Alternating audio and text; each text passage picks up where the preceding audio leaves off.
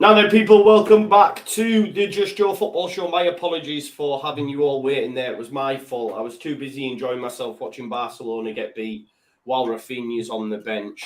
I really, really dislike Barcelona, but yeah, they're getting beat 2-0. Whoa. Come on, man. There was no need for that one. No need for that. Hang on, sorry. Oh, it was Mes que un club. Maybe it is. Oh, it's off the line by Ter Stegen. Mes que un club. What does that mean, mate? Speak to me. Tell me what that means. More than a club. It's their Barcelona motto, mantra. Well, I can't stand them. But anyway, let's get into the show. It is, of course, time for the midweek fix. You'll notice we have no Lewis with us this week. Now that he's joined the BBC, he's too big for this show, I think. He's decided not to come on.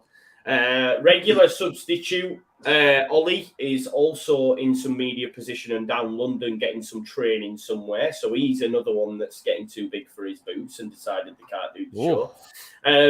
But listen, we have new guests with us, father and son combo, Lee and Dan from the Leeds lobby. I'm sure you will have all have seen a lot of their content over the past few months. Pretty new channel, but it is top content, great content. And they know a hell of a lot more about football than any of us sat here. Whoa. I don't like that indirect over there, man. I'm not sure how I feel about that, I will say this. Hey. I'm not sure how I feel about that. He kind of looked over to the left, Max. How are you feeling, mate? Now listen, Mike, what? Okay. You called me delusional on Monday night, so I expect it now. To be fair, my mum thinks Liverpool's good and all, so... This is what I was saying, right? Yeah. So that's my mum. Yeah. Listen. Let's just get straight into it. Obviously, everyone watching this show, and there's like just short of 200 people watching. So if you haven't already liked the video, what I have done as well, as is always the case, in the title is each of the guests. Can we call them guests? Each of the panelists' channels. So click them; it'll take you straight through. You can subscribe to their channels as well. So new debut Leeds lobby, go on over, subscribe to their channel, right? I assume you know my thoughts on Jesse. You know Max. No, I haven't actually heard you. I haven't actually really heard you say anything about it, to be honest. I've been kind of waiting to hear something. You know, you just seem quite stiff-lipped about it. You know, mate. I'll tell you what it is. Oh, you can't hear it. Oh, yes! Wow, I couldn't agree more, really, man. Couldn't agree more. It's a great point you raise. As you can see, you are right. You know so much about football. You come out with cracking analysis like that.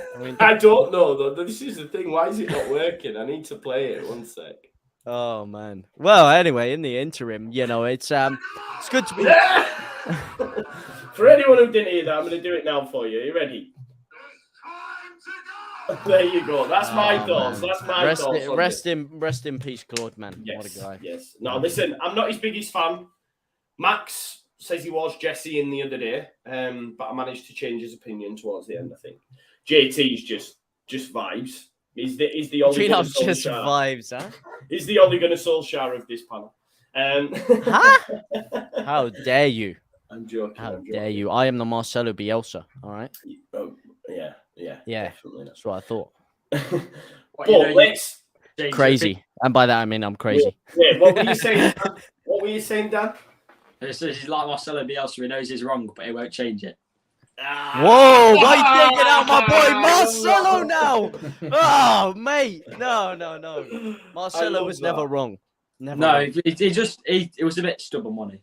Yes. Yeah, but, you know, plan A, hey, all successful people are plan A merchants, you know. Plan B is make plan A better. I mean, I don't know what you guys think, especially with Jesse Marsch. Everyone's like, oh, he's got to change the tactics around. He's got to change this, got to change that.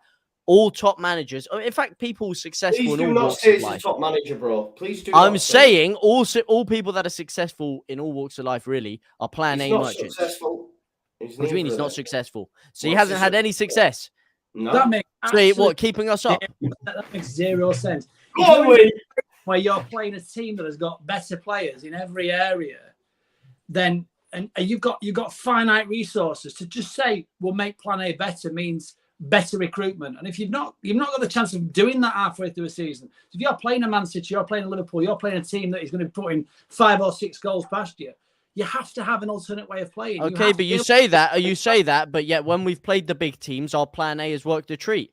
The two biggest games we've had were Arsenal and Chelsea this year, and plan A worked a treat. So you're saying when we play the big teams, we have to change things around. But you were talking about Bielsa. You weren't talking about Marsch. Oh, well, no, I was talking about Jesse Marsch, actually. Jesse Marsch is more adaptable. Jesse Marsch is more adaptable than Bielsa, and has proven that he's more adaptable. Even with Bielsa, when plan A was his plan A worked a treat. What about the first year? 4 points out of 6 against Man City. At home, we drew 1-1 with Liverpool. We kept Arsenal quiet at home. We beat Tottenham at home. Man City, we played a plan B against Man City because Man City, the plan B was to just take up all the pressure. He left Bielsa ball aside for a minute. He let the attack happen. He let us just sit back and basically park the bus, and then at the end we hit them on the break because we had 10 men. Sean Dyche's ball at his best. But the other thing you've got to bear in mind is that people miss this with Bielsa. People miss this, right? So Bielsa's never been at a club for longer than 2 seasons. We had 2 seasons in the Championship, and in the second season we came up. We did exactly the same in the Premier League. But the problem was that by the time he got to the 4th season in the Premier League, why did you kick that then? I didn't kick it. I was trying to keep it up. Falling. What people don't realise is that the problem with Bielsa wasn't the system; it was the fact we got figured out. So by the time we got to that back end of his tenure, people knew how to play against us. They knew that Firpo was useless and turned like the QE2. Sorry, JT. That's just an uncalled for dig because Firpo didn't even play all that much that season. So it wasn't a matter of us getting figured out. It was a matter of our spine being ripped out. Let him finish, JT. He was no, we're having a debate here. We're having a debate, and you're saying that it was a matter of us being done out. But the facts of the matter are, we had no Phillips most of the season, no Bamford who scored 17 goals the year before, no Cooper for a lot of the season. Our whole spine had been ripped out. And I'll ask you this: was the recruitment good enough that summer? The recruitment wasn't good enough that summer. Absolutely, it wasn't good enough that summer. But again, we did play a manager that wanted to keep a threadbare squad, who also is in a situation where he trains players. Threadbare squad. I'm not sure. I feel like he wasn't. They always wanted to bring Marsch in at the end of the season. So why would they want to bring in a bunch of Bielsa players and a bunch of players that I know they play similar systems, but that's why the main players we're looking at was Weston McKennie, Daryl Dyke, and Brendan Aronson because they're all Marsch players. Yeah, they're also all American, but that we were always going to bring. That's why we wouldn't go and get some Bielsa players in that we probably should have done. But they didn't back him because they wanted to bring in players for Marsch. We did struggle with injuries. There's no doubt about it. We struggle with injuries. We're there. And again, you get Bamford. Bamford's had a good season in the Championship and a terrible season in the Championship. And he's had a good season in the Premier League. I don't even know if you could say he had a good season in the Championship, really. The year we got promoted, was that a standout season? Because you know who doesn't actually get a lot of credit for me, and he gets a lot of slack for a lot of things, but, you know, I'll always feel indebted to Eddie Nketiah. Because Eddie Nketiah earned us about 15 points that year. Let me jump in. We've gone down a rabbit hole that we weren't supposed to go down, right? let's end that conversation there. I want to hear from the Leeds lobby, from the father and son combo, where they stand currently on what they're actually sitting on Jesse Marsch. Well, I'll go first, and I'll just cover my point because it is different to what Dan thinks. And I did a little bit of a video on this, yesterday. But I think, look, we went to the Fulham game. The crowd were chanting Marcelo Bielsa in the Leicester game, which was the away fans, the diehard, the away fans, the Leeds away fans. But what I found in the crowd, it was particularly polarised. That third goal went in that Fulham scored before we got our second goal. And the crowd just started getting up and leaving and walking out. And you could see there were an animosity towards Jesse Marsch. And even when they were the Fulham fans were singing "You're getting sacked in the morning," there were some sections of a Leeds crowd that were joining in. But there were also people saying, this is a board issue. This isn't a manager issue. And I think here's the problem. We are in a situation now where, with the number of points that we've got in the table, at this stage in the season, if we had 4 or 5 more points on the board at this moment in time, we would be mid-table. Jesse Marsch's job would not be under threat like it is now. And the areas where we're suffering are at the back and up front. you look at players like Harrison and Aronson, and you see that the XG at this club and the amount of chances that are being produced by those sort of players and by Sinisterra and the players that are going forward with this press, which is Jesse Marsch's system. You look at the service that our strikers are getting is pretty exceptional. Is it that good? Would you say? Look at the stats, look at the figures. But if Bamford has scored, he had an opportunity. I think was it in the Arsenal game where the ball came. Oh, he's had loads. And it would harder to actually miss than score. Well, it's because he's so one-footed, man. I don't know. He's lost confidence. He's not using his right foot. He cleared it off the line. Yeah, whether he's lost confidence, whether he's got diarrhea on the morning, whether he's lost his grandma, I'm not interested. We're talking about Jesse Marsch now. And what we're saying is we've got strikers that have got an inability in front of goal, and that is costing us. It's possibly cost us as many as 4 points this season. We should have had 2 or 3 goals against Arsenal. We should have won that game, let alone drawn that game. So you've got to say, if we had 3 of those points, if we'd have stuck four more goals in this season in the various games that we've played, we would have 2 to 3 more points on the board from that, right? The second thing is, and I'm being funny, mate. I know what you say, JT, but everybody who's got eyeballs in his head can say that Junior Firpo should not be playing in that Leeds side. Okay, why? What's he done? What's he done this season? Oh, bro, no. Bro, he was rubbish, bro. Okay, no, yeah, but explain to me why he was rubbish. JT, look, Christensen started out bad, but he's actually coming good now. And but you're not explaining. You're not answering my question. What is it that he's done this year that means he's rubbish? Blindingly obvious, mate. The guy's useless. Well, no, you're not answering the question. You're ducking and diving, mate. No, he's right. No. Ducking and diving the question, mate. Answer the question, man. No, let him finish this. Question. He's up against the right winger, and instead of him showing him onto his weaker foot, what he's actually doing is he's lunging in and making a challenge. He's making a cock up of it. And the winger is skinning him every single time. That didn't happen this time.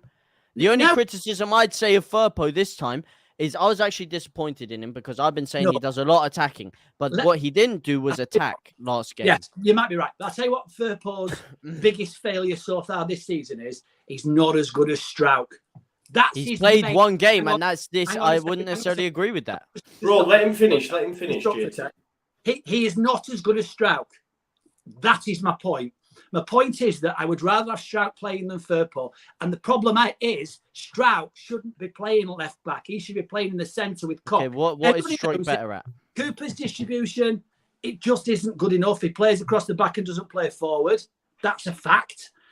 Llorente, mate, is probably the only player that is consistently worse than Firpo. This guy, seriously. What do you mean consistently? Why do you just keep digging for? Let him. What do you mean let him? This is how a debate works. You conversate and you conversate, man. No, bro, you're just talking over. Let him finish his point, then you have a right to respond. Llorente gets caught in possession. We regularly, just watch Llorente back. He regularly plays Meslier onto his wrong foot. He plays it across Meslier onto his right foot. Melier's left-footed.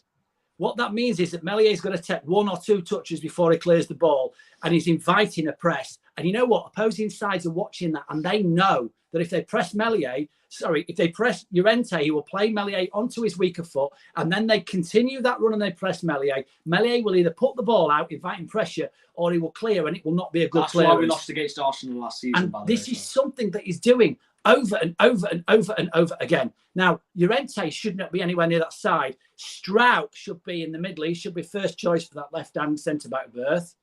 Then Cooper, if absolutely necessary.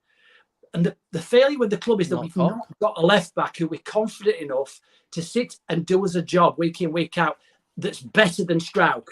That's the problem that we have at the back.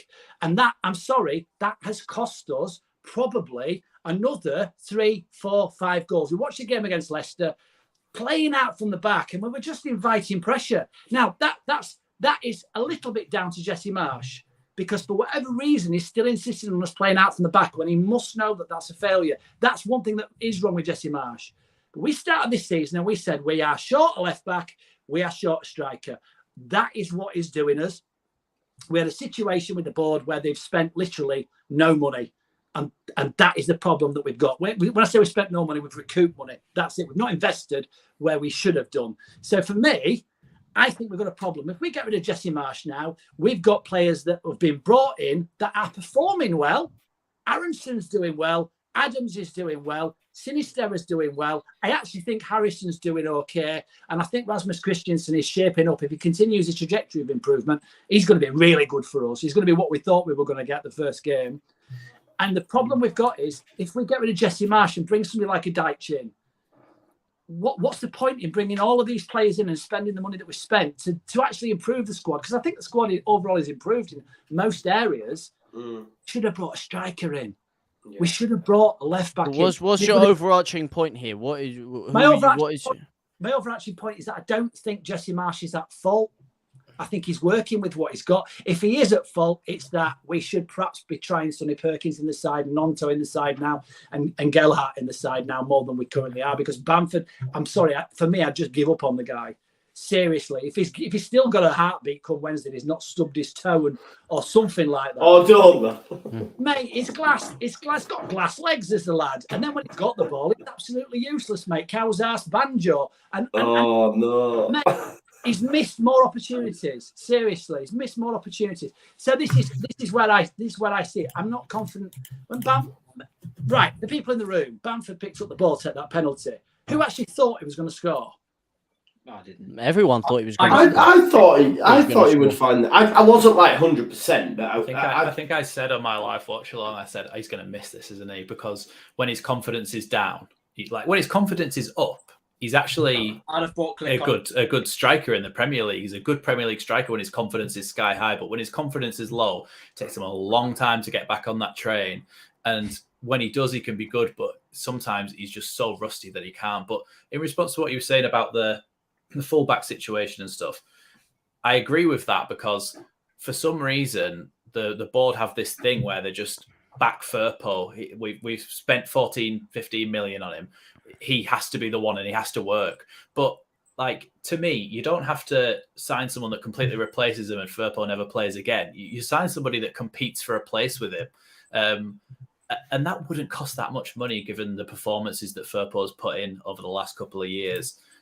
So they should have brought someone in there.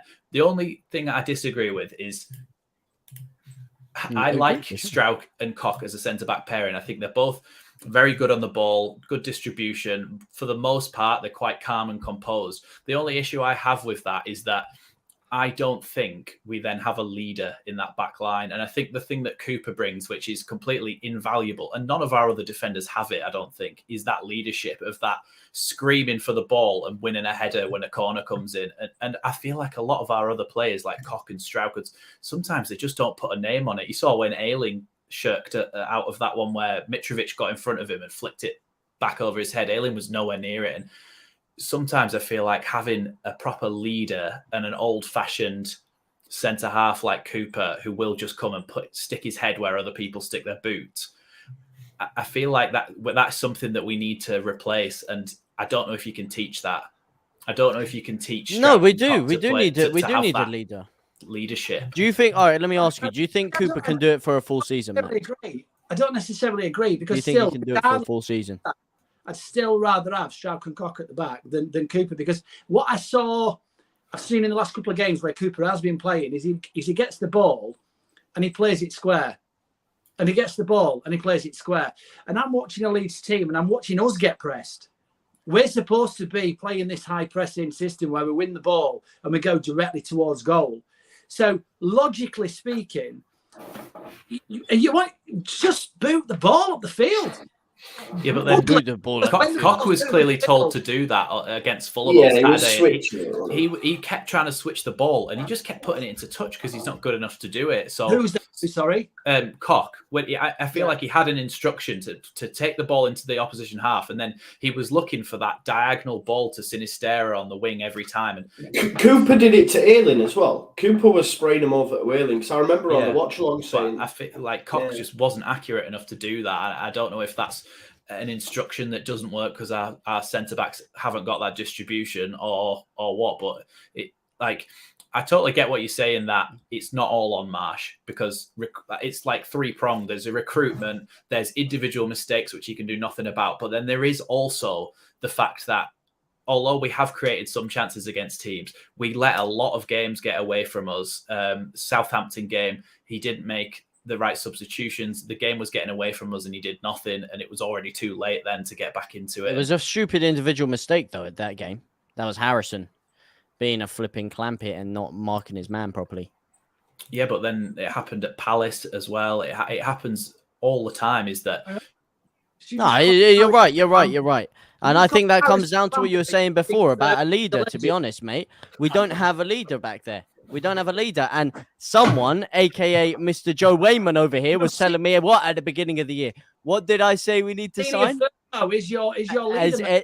Yeah, Senior Firpo is a leader, but guess what? That's not a centre-half leader, and he's not fit enough. So I don't know why you keep trying to roll me up with the Firpo thing, mate. All I'm saying is you want to pin it all on Firpo, but he's played one game this season, and we've lost. What? We've been winless in our past 8. So his fault on the... What's he doing? Some juju in the back room that's stopping him? No.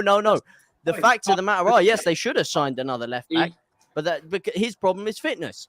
But centre half is the area where we lack the leadership. I'm sorry, Cooper offers leadership, but you do realise that Koch was like SD Freeberg's like deputy captain when their captain was injured. That's the last club he was at, and in pre-season he was our captain for a bit. So he's not a leader. You can be a captain without being a natural born leader, and I think I mean Cooper's not a leader; he's more of an organizer. But then sometimes you need. So maybe even if we rephrase it, I do feel like our defense isn't as organized when Cooper's not on the pitch. Cooper makes some individual errors, granted, but I feel like our defense do not look as organized when Cooper's not on the pitch, especially with Llorente in there. That's what we should. With Llorente in there. Lewis has come. Lewis has come and just gone. Yes, Leeds lobby. Give him what for. But do you know? I wanted to touch on Firpo later on, and we will do. Oi, kinky. I wanted to chat about that because even spending every week with JT, I started to fall into this trap of he might be good, and then I seen him against Leicester, and really. But he didn't do. What did he do wrong aside from not attacking? Bro, against Leicester.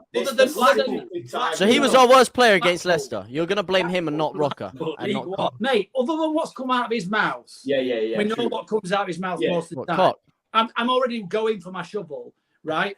The question is, what have you actually seen? No, you're right. Firpo's done that's been good. No. Well, you answer my question of what he's done this year that's been bad first. If you can tell me what he's done this season in the 1.5 games he's played against Villa and against Leicester, if you can tell me what in those games that he did was bad, then I'll answer your question about what he's done that's good. No, that's perfectly good point. So he's an injury-prone crap player. Absolutely, he's injury-prone. But what has he done this season to warrant all this abuse?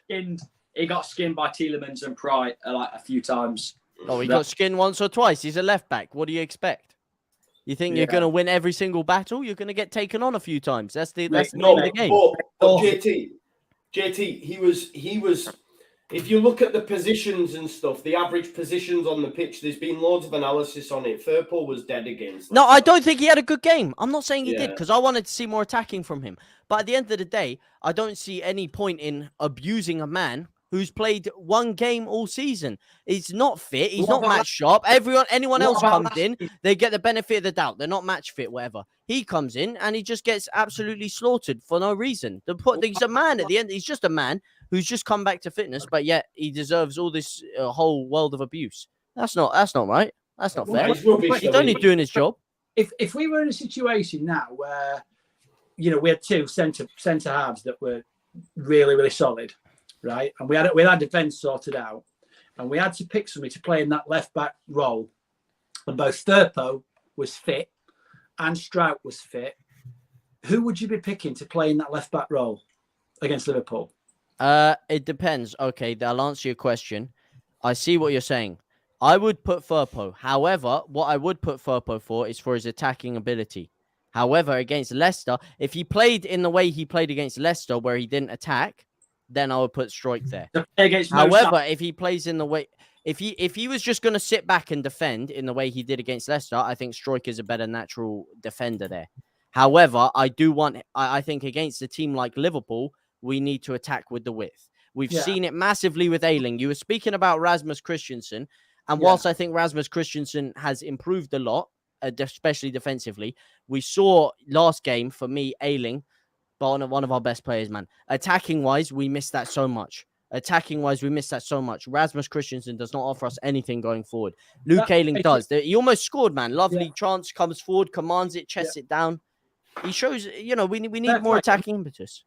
You're consistent. I mean, that makes absolute sense. If you're a lunatic, going forward than Firpo. He's better going back than Firpo. He's more mobile than Who's Firpo. got strikes better going forward than Firpo? Stroke is better. No. I will say that, man. I know you've got an agenda, but let's stop. That's waffle. That's waffle, man. That's Strauch is a centre back. You don't by believe trade, that. obviously, I can see it in your eyes. Strauch is a centre back by trade, and I think he's obviously better defensively than Firpo. Huh?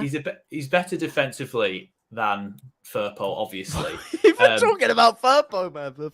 But Strauch does give the ball away in the attacking third quite a lot because, let's be honest, he's a centre-back and it's not his fault.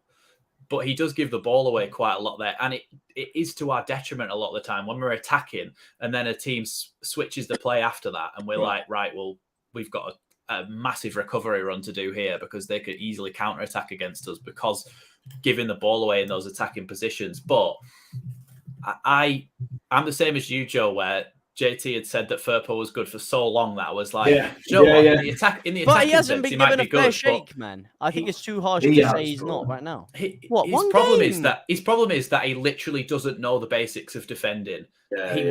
He comes out so tight to a man. He will run straight at Mo Salah on Saturday if he plays. He'll run straight at him.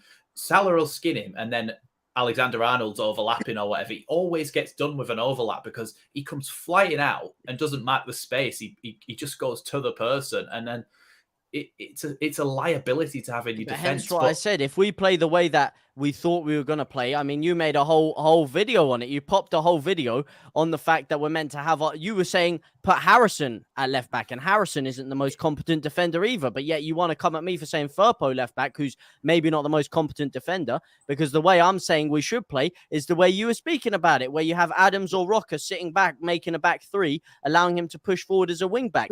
And in that system, I think he's better than Struijk. And left back than Firpo. I'd rather you still rather have Struijk as a wing back. If it's a wing back, then yeah, Harrison, I'd rather have than Firpo. We talk about Jesse Marsch and whether Jesse Marsch should go. And I know, obviously, we're digressing and we're talking about Firpo. He actually thinks that Jesse Marsch should go. And, I mean, I've dominated that conversation, but what do you think? Yeah, go on. Yeah. Hasta la vista. I think that he's obviously shown like sort of snippets of what he's trying to do. Obviously against Chelsea, even against Arsenal, against Wolves. But like, he's a bit inconsistent. Like, I've got the lineup here. You go from absolutely battering Arsenal in the first half, it was fairly 50-50. Could have gone either way. And then second half, like, we were unlucky not to batter him like we did Chelsea. So you go from we absolutely battered him. So you take that lineup, you take Harrison out for Somerville, you take Struijk out for Firpo, you take Cooper out for Llorente, and you completely change everyone's position. You move Aronson off of the wing and into attacking midfield. You take Bamford out. You take Rodrigo out and put Bamford in. The amount of changes he made, was that like really necessary after we had like such a good game against Arsenal? But then even then, we get pasted by Leicester. And then rather than just thinking, right, we did well against Arsenal, let's revert back to what we did against Arsenal, he puts Sam Greenwood in midfield. Yeah. And Is it gamble? And then he takes Rasmus out of right back and puts back in Ayling. But we had a fully fit team because we saw from the subs that everyone was fit. So why wouldn't you just go back to what you did against Arsenal? Go back to the tactics. You've got Sam Greenwood playing CDM. I get Adams was injured. But like, aside from that, I'd rather have Click starting a CDM than Tyler Adams. Than Sam Greenwood. Tyler Adams is a good player. And I think he's a key player for us. I'd rather have, when he's injured, I'd rather have Click playing in CDM than Sam Greenwood, because that's why we kept Click, because he's squad depth. So Greenwood's an attacking midfielder, by the way. Greenwood's not a defensive midfielder. And I don't know. Mark Rocker's been good, but he's started going a bit shaky. But I've said before, I don't know if anyone has agreed with me on this, but I would have more. I don't want to go back on about Firpo again. So I'd maybe chuck Mark Rocker at left back and have him play like the Trent Alexander-Arnold role. Because you see Liverpool putting Trent in midfield. Why can't we take a midfielder and put him at left back? Because he's a similar player. He's a similar type player to Xabi Alonso, really, in terms of his distribution. Maybe put him at left back and let him like cross the ball in and let him. Because he's Trent. Yeah. The only thing is with that, do you think he's got? He's good defensively in the tackle, and he's also shown that he's good at distributing. So why don't we get him on the left back and get him crossing? Do you think that he's got the fitness and the pace to be able to get up and down like that? The only thing is that because he went from Espanyol when they got relegated to Bayern, and he didn't play really for a whole year because he was behind players like Joshua Kimmich and Leon Goretzka and stuff. So he's not had match fitness for like a full year. So then when he's come back to Leeds, I understand what you're saying because he's got a wand of a left foot and his distribution and stuff. Yeah, I'm not saying turning into a left back completely, but when you take in Cooper out of the defence and put in Llorente in, why don't you move Strack into centre back just for the last 10 minutes of the game and just try putting him at left back for like the last 10 minutes or the first 10 minutes? But I still think Marsch is just like, I would rather have at this point in time Sean Dyche than Marsch, because with the players we've got, with the players we've got like Tyler Adams, that's not my genes. No, like with the players we've got like Adams, Cooper, I'm having a paternity test. Like the players with the players we've got like Adams, Christensen, Cooper, and like I'm just looking at our squad like Rocker even. He could not in the league, but he could turn us into one of the best defensive in sort of that mid-table areas, maybe because one of the best defensive teams in sort of that bottom half mid-table bracket, and give us a one-up. Because I think that we'd lose all of the pressing and all of the attacking, but there's more chance we'd get Charlie Taylor back, which I think is possible. I also think that he'd want Chris Wood, but I think we'd lose the press, but I think we would gain a lot from the defence. Personally, also Pochettino as well. If you bite your hands off. Now you're talking my language. I think I know which one I'm going for. I think it was Graham. I know you go from Dyche to Pochettino. It's a bit of a big jump, but it was Graham Souness on Sky Sports talking about saying that we could be touting out Pochettino, which is a big one. If Arsenal can get Unai Emery, we could. You mean Villa? We could give. I know, but we could give Pochettino a punt. But he was actually linked with Villa before as well, which I was saying no chance to go to Villa. There's no way Poch comes I don't think there's any way either. I would rather have either Poch or Dyche. They seem to be the two big names being touted about than Mark. There's two questions. There is two questions though. They're quite interesting questions to ask. And the first thing is, obviously I've mentioned the amount of points we've lost up front, the amount of points we've lost at the back. How many points have we dropped through Marsch's bad game management? I mean, we dropped 2 points at Southampton really early doors against Southampton, and we all said, Southampton, and Dan's talking about changes from squads. His timing with substitutions is woeful. By the way, he has definitely cost us points, at least 2 points, possibly as many as we've lost. So there is some blame there. And the second question is, if we look at it, if somebody said to me, right, you're going to lose Marsch and get Big Sam in, I don't want Marsch. I want Big Sam. I know. I don't want Marsch to go. If somebody said to me, Poch is coming, I'd take Poch. That's the reason why.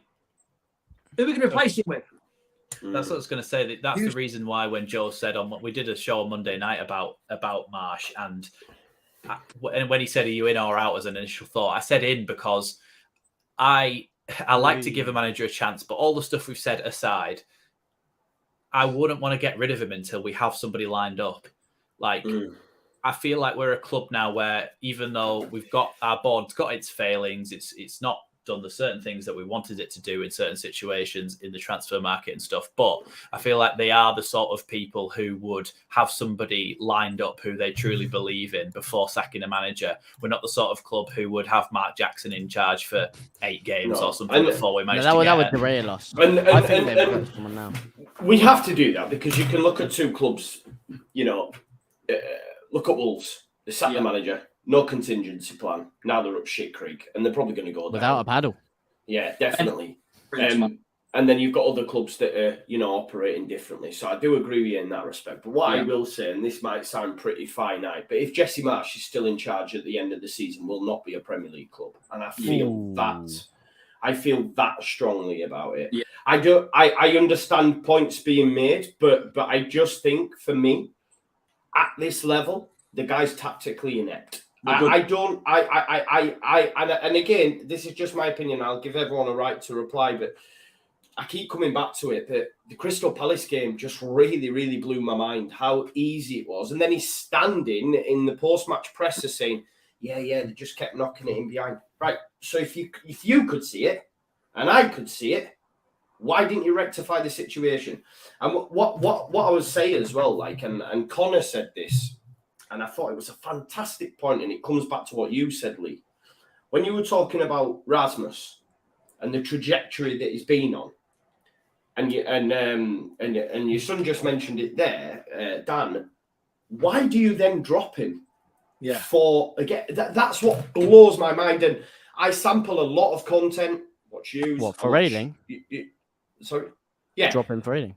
Yeah, I don't understand it because Rasmus has been terrible. He then kept Zaha quiet. He then kept Martinelli quiet, who for me are 2 top-class operators. Kept Antoine Griezmann quiet. Yeah, exactly. And then he drops him. And it's like, what are you doing? And I always... Sorry? Fully agree. And one of the things I always remember, John, who works for T4 on All Stats, aren't we, said, after he'd watched his time at Leipzig, what Jesse tends to do, and this is where, again, it comes back to the tactical ineptness, he'll either change the formation, and if it works, he'll stick with it.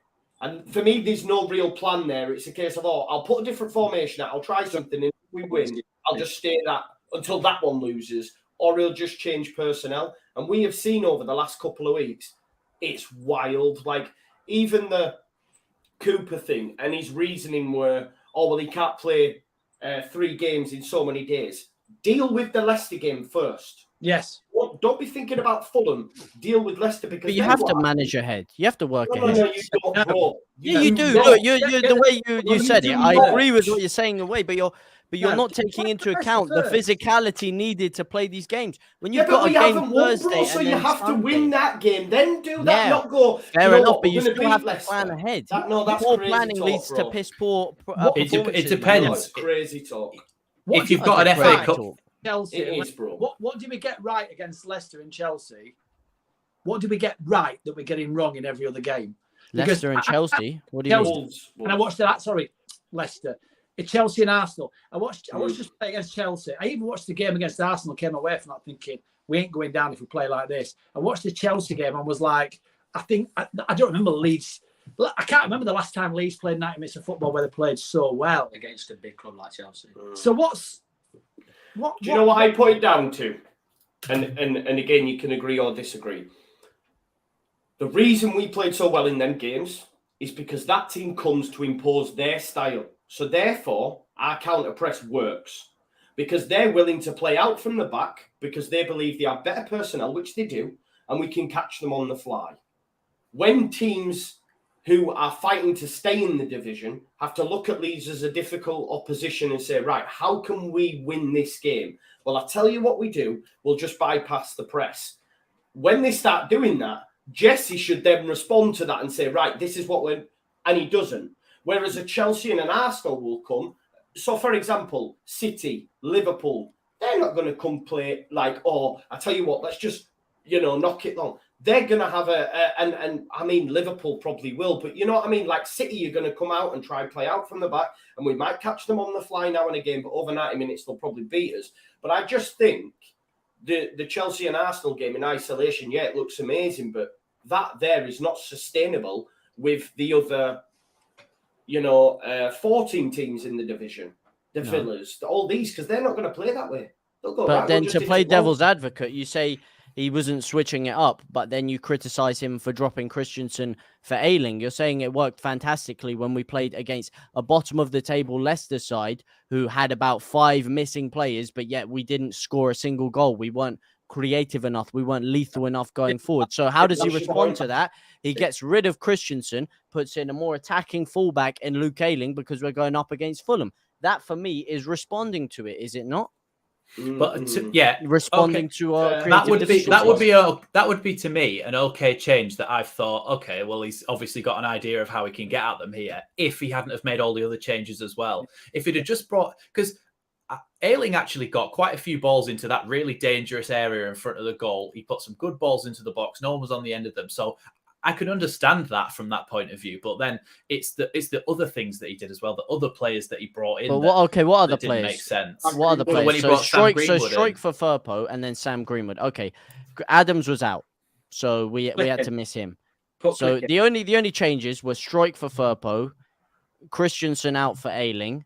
We had Bamford swap for Rodrigo, and then we had Somerville out for Harrison. Harrison was always going to come back in, so Somerville probably wasn't going to start, even though I think there's an argument to say Somerville should be starting because past couple of games, I was speaking to my dad about it as well.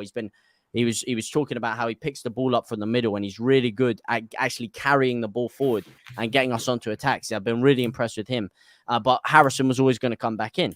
So Bamford for Rodrigo, and you made your thoughts very clear on Bamford. You thought he should be dropped, so you could argue Gelhardt should come in. But either way, the one thing I think you're right that he shouldn't have changed is put Greenwood on.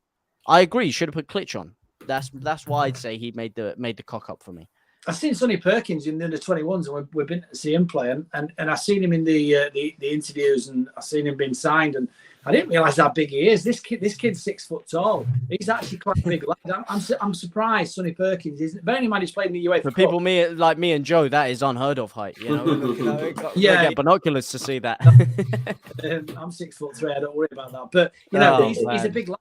He's actually a big lad. He's quite physically imposing. And I know he's playing against other under 21s, but we have other options at the club, people that could bring through. My real worry is this. Up until probably 2 weeks ago, I got 3 or 4 sides in that league that I could see were not for the league. I could see Forest going down, see Leicester going down. I could see Wolves and West Ham in all sorts of problems, and I could see Southampton. I also know that Bournemouth are probably going to have a bit of a struggle. Mm-hmm. And now I'm in a situation where I'm watching all of these teams pick up points, and we're playing Leicester and getting by them. And I think we've probably missed our boat on playing Forest. We probably should have played Forest when it was postponed. Unfortunately, now they're starting to pick some form up. So that's not the easy 3 points it perhaps was going to be.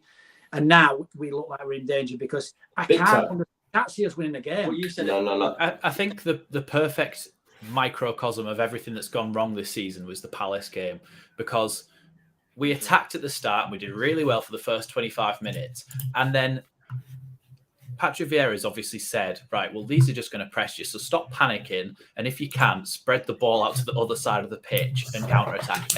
And once they were started doing that, Jesse should go, okay, I can see a problem here. We maybe need to sit off the press for a little while. We need to sit in a couple of banks of 4 and actually defend for a little while, and then maybe go out and try and press again, because it's almost as if it's his plan for the entire 90 minutes, regardless of what the other team's doing. And obviously we know another team comes to play football against you. So you've got to adapt to what they're doing. And to me, I mentioned this on Monday, didn't I, Joe, where I just said that he last season came in and he got some results to keep us in the league because he knew that he didn't have the team that he wanted to have to be able to utilize his proper tactics and his formation. I think that he still doesn't have the team to be able to do that. When he was at Salzburg, he had the best players in the league and the biggest budget in the league and the best team in the league. So obviously he's just going to be able to impose his style on everybody, like Man City do in this league.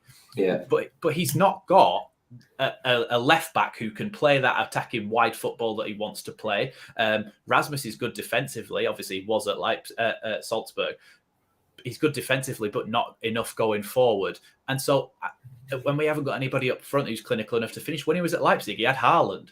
So not Leipzig. I keep saying Leipzig, Salzburg. But I feel like he doesn't have the personnel. So he still, at this moment in time, to me, should be still trying to adapt his style to the players that are on the pitch, rather than what is his style? Out of curiosity, well, like I'm Marsch. He wants everybody to go to press the ball. So say Liverpool on Saturday, say they have the ball with Trent Alexander-Arnold at right back. Everybody is in those attacking positions, exactly halfway between the ball and his next pass. Between the man everyone and his has next their pass. individual man. Yeah, but that means that everybody has to squeeze at once. So the issue comes that we've all squeezed up into a small portion of the pitch. I know people, when we first started playing this style, were saying you could throw a blanket all over all of our players. And the issue is that we've all squeezed up into that one corner, but then somebody like Salah with the or Jota with the tactical nous to think, actually, do you know what? If I just stick out on the wing on this opposite side of the pitch, and I've got somebody like Trent Alexander-Arnold with an absolute ping on him, if he pings it over the top of that blanket of players, we're then on a complete counter-attack, and we've got to... Then Jesse says his idea is to recover and repress, so to make a sprint recovery run and then try to press the ball again. But sometimes it worked against Reece James, did it not? I think actually what you're saying is you've perfectly described our identity or our style off the ball. And I think you're saying the flaws in that, but I think it works very well. Hence why we played. We don't have no on the ball tactics. Well, this is my second question. We don't have no on the ball tactics. Off the ball, when teams try to come and play against us and they open themselves up, the pressing works because we press them and get straight in on goal. And we have a bit of individual flair. On the ball, what is our style? What is our identity? We don't have any. We don't. Why are you marching? Well, look, I'm marching for this. Look, it's a complex thing. I don't think he's had enough time. I'm always someone that likes to give managers a lot of time. You know, I've always brought the Arteta point up, and then people argue, well, Arteta's not in a risk of getting relegated. Leeds are, and I do concede that. And look, and let me just win as well, bro. Mikel Arteta won an FA Cup. Let's not forget he did, but then Marsch hasn't had enough time really, and he didn't have the same squad. But Marsch also kept us up, so that's an achievement in itself. Just before we move on, Dan, Lee, could you move your mic just slightly towards yourself? Sometimes it's not picking up what you're saying, so we can't actually hear you just a little bit. We don't have a mic. Well, just the laptop. That might be it might pick you up a little bit better. That's all, because sometimes it sounds like we're talking over you, but it's not actually coming through. So sorry. With Marsch, like I said, man, I obviously I'm going to compare it to Bielsa ball. And this is the one counteract I would say to him. And I think it's got really bad. And we don't have any style. And I thought I was going to give it more time because, you know, I thought I saw he didn't have his players last year. So we're not going to have his style. But when I was seeing with Bielsa, we were playing sometimes, we would pass the ball diagonally off the pitch and no one would get it. Just because we expected the player to be there. Everyone knew where the other person was going to be. They didn't even have to look. They were spraying passes without even looking. They knew he's going to be here. He's going to make you in this run there. We had a style of playing. We had an identity. The players knew what they were doing. Now, it didn't matter which players came in either, did it? Everybody knew. Everyone knew. Yeah, exactly. But now we've lost that. We don't have anything, which is why when teams sit back, what are we doing to break them down? We're not doing anything. The only goals we're getting is through a bit of individual flair, through either pressing them, winning it high, one player running through 3 or 4 players, which is why I actually disagree when you guys say we create so many chances for these strikers. I have this debate every week. I don't think we create enough. I think Bamford has created quite a few, and Bamford has been extremely profligate this season. Yes, but I think generally against the teams that sit back, we haven't created as much as we should because we're good at getting the ball into like dangerous areas into the final third, but then we panic. We slow it down so much. We don't have any like cohesiveness of any cutting edge. Anyone making the right movements to cut these teams open, which is why it looks all great. I said you could blame Jesse Marsch. I also think we don't have a creative. I don't think we have a creative midfielder. I really don't. Bro. I do think, though. I think that is his fault. That is what you were saying, JT, about, and you said as well, Lee, that we've lost that ability to know everybody knows where everybody's going to be. I think we have that in a very small portion in the fact that we have, when Bamford comes on, it's almost as if players are putting the ball into areas where they know Bamford will be, or they know Bamford should be, where he would have been in the past, but his confidence is so low. He might not be still making the same runs. He might not, you know what I mean? He actually, when he comes on, players seem to play better around him because they're used to where he should be, or where a number 9 should be at least. Yeah, but it's just this, like, okay, we scored 2 or 3 goals from set pieces, which we've been terrible at. And Jesse Marsch comes up and talks about JUSTJOE and how we've been practicing set pieces, which is why all of a sudden we're really good at set pieces.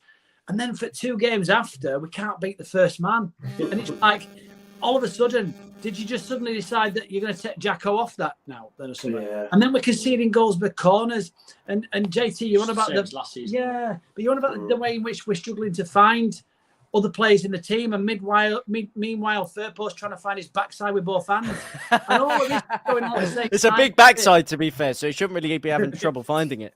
Yeah, that's Nonto. Goodness me. But that's the short Kings, Dan. He's got a strange build, hasn't he? But you know, Beautiful build. I don't know. And it's right. You're right. You're gonna get. You don't know what you're getting. You got to play the manager for that. Yeah, so what really ground my goat as well against Fulham, like it's either get to my goat or grind my gears, not grind my goat. Oh my goat! Is that what you say? You've mixed two. You've mixed 2 sayings. I've never heard of that. Yeah, grind my gears or get to my goat. Oh, what did I say? Ground my goat. Ground my goat. Yeah. I thought that was a thing. You learn something new every day. There you go. It really grounds my goat. Jesse's wheelhouse is set pieces, which I hate anyway, right? It's not what I enjoy. So and I heard you say that as soon as it came out, to be fair. You said that's because he came out and was in a press conference saying we've done a whole training thing on set pieces, and I mentioned that, and I got a bit of stick for it. Well, we were rubbish at him, and we did see a marked improvement. But then against Fulham, all 3 goals came from set pieces. So even his wheelhouse is now failing him, whether that's a confidence thing, whether the players believe in it. Because I remember he sat there and he goes, before we played Brentford, and he went, "Oh, Brentford are one of the best set piece takers in Europe. I've been watching videos of their throw-ins and all this sort of stuff." And then we go and concede from 3. And do you know what I found really, really interesting against Fulham? I thought we tried to play with a little bit of width. I thought we've seen a little bit of marked difference. And what I mean by that is Cooper. I remember at first 10 minutes, he switched the ball out to Ayling. Sinistera played really, really wide. And I thought, we're seeing a little bit of a change. That's what I was saying about Ayling, though. Yeah. And even on corners. He only played because Adams was out, in my opinion. I think. Do you reckon? Yeah. Because if you have to have Rocker on his own in that sort of play Phillips role, you've got to play wide because he's going to get the ball out wide. Whereas if you've got Adams, you play more narrow, and Adams will run out wider and pick up the ball before it gets through. Good point, mate. Because I was just going to make the next part as well. Like, I noticed that on set pieces, we only had 1 player on it. And I thought... About time, eh? No, but this is what I'm saying, though. This is genuinely what I believe, and people will dig me out for it. But I have a feeling Jesse reads and takes a lot in of what's being said. And I this might sound mental, but I'm like... Maybe he's watching this. No, but what I'm trying to make the point of is... Why he keeps picking purple. Have your principles and stick to them principles. Don't just change it willy-nilly like it's like, you know what I mean? I feel like he's heard a lot of noise about this. Then all of a sudden he's gone, I'll just put 1 on set pieces. It's like the Elsa wouldn't change, but this guy changes too much. And I don't know if some of that might be the fact that he's watched Bielsa and part of his remit in coming in is the fact that Bielsa's been brilliant for Leeds. Our only criticism is he's not able to change and adapt. And therefore, Jesse Marsch is showing the ability to change and adapt when perhaps he should keep it same. Yeah. I don't think he has changed that much, though. No, but mate, personnel, man, he changes it every bloody week. You tell me with confidence. You tell me with confidence the starting 11 on Saturday night. You ain't got. Okay, look, you're gonna see Stroik at left back again. You're gonna see Koch in there. You're probably gonna see Cooper because who's at right back? Right back. Well, that's the only position that's probably up for contention. I say Cooper. No, but your fullback should be when you don't have any attacking width and you want to change the style. Fine, I'd put Cooper in there. I'd put Cooper in not Cooper, sorry, Ayling week in week out. Ayling week in week out, man. He offers something we don't have, and he's a leader. I'd rather have Rasmus against Liverpool. Like he's going to keep Diaz quieter than I feel like Ayling would. Well, he's out, Diaz, isn't he? He's injured, but Diaz is out, isn't he? Actually, Jota as well, so I'm not sure. Actually, you know what? I'm not bringing up the debate again. I'm not bringing up the debate again. But Firpo has to be left back for me because Trent Alexander-Arnold is one of the weakest defenders I've ever seen in my career. That guy gets skinned more than a jacket potato. Honestly, he's got the positional awareness of Stevie Wonder. If we can't get someone down there absolutely skinning him alive, then we've got serious problems. All right. I'd love to hear JT's opinions on Neil Warnock. On Neil Warnock. Oh, he's a beautiful man. Absolutely cracking manager. Love him. Got to die to win Neil Warnock. Leeds. Let me pull this up from Smudge. A super chat. He said, "Hi Joe and gang, can't take it in anymore. Same old. Big donation coming, Joe. 5 parts to my comment. Then I'm shutting up and waiting the outcome. No worries, Smudge. You're a top guy. You're always here supporting the channel, contributing to the channel. So big up to Smudge. Big up to Smudge." Whilst we wait for his next one to come through, I was just going to say that I feel like Marsch, he almost has got to a point where I think he hasn't fully developed his style yet, like his plan and his actual management style. I feel like he's at a stage where he's a fairly young manager. He's come into Leeds, and what he did at Salzburg worked because he didn't have to do anything else, because he had all the best players in that league and he had the best budget. He's never had that sort of adversity, and when he did at Leipzig, it all went wrong. To be fair, but nobody really speaks about Leipzig. And so we had 5 months there, and it went wrong, and people didn't like it, and he got the sack for it. And so, whilst I really like him as a man, I wanted it to work out for him. I really like some of the players that he's brought in that were his men. I just think that he hasn't fully developed his style. He's as if he doesn't. It's as if he got one thing to do and he doesn't know what to do when that goes wrong, and he doesn't know how to break teams down. His set piece thing. We were talking so about 1 second he's changing too much. Now he's not changing enough. No, but that's not what I'm saying. I'm just saying his set piece routine as well. The one where he came out and said, "Oh, this worked," and that his set piece routine is just one thing, and it's to hit the near post, then to be flicked on into the area, which we managed to do against Southampton, and then even maybe Rodrigo's goal against Chelsea, which was a free kick, but was the same idea to come into that near post. But now there's a reason why we're all standing there every week going, why has he hit the first man again? Because he's been told to hit that front post with his free kick, because that's the only free kick routine that he's got on his locker.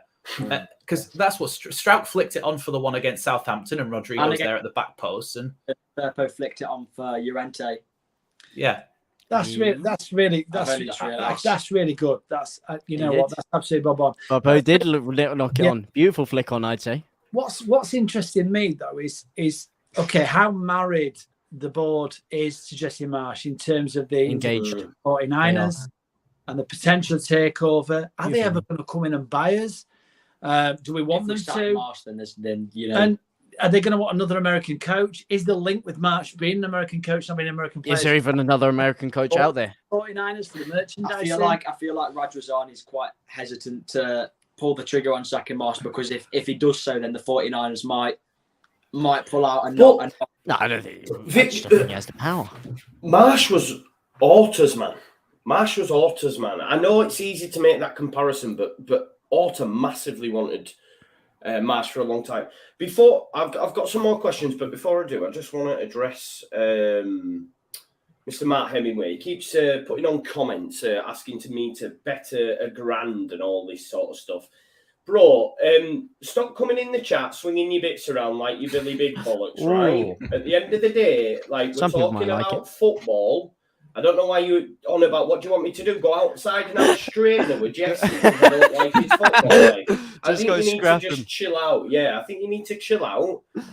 If you have £1,000 and you're willing to bet that, that's big on you. Well done. I don't have But donate it as a super chat. To be fair, I mean, it's not it's not like we're digging him out personally. We're having a conversation. We're talking about what's the best for our football club that we all love. Mental. Nobody's saying anything personal. We're just talking about. Actually, ironically, why don't you come and meet Joe face to face?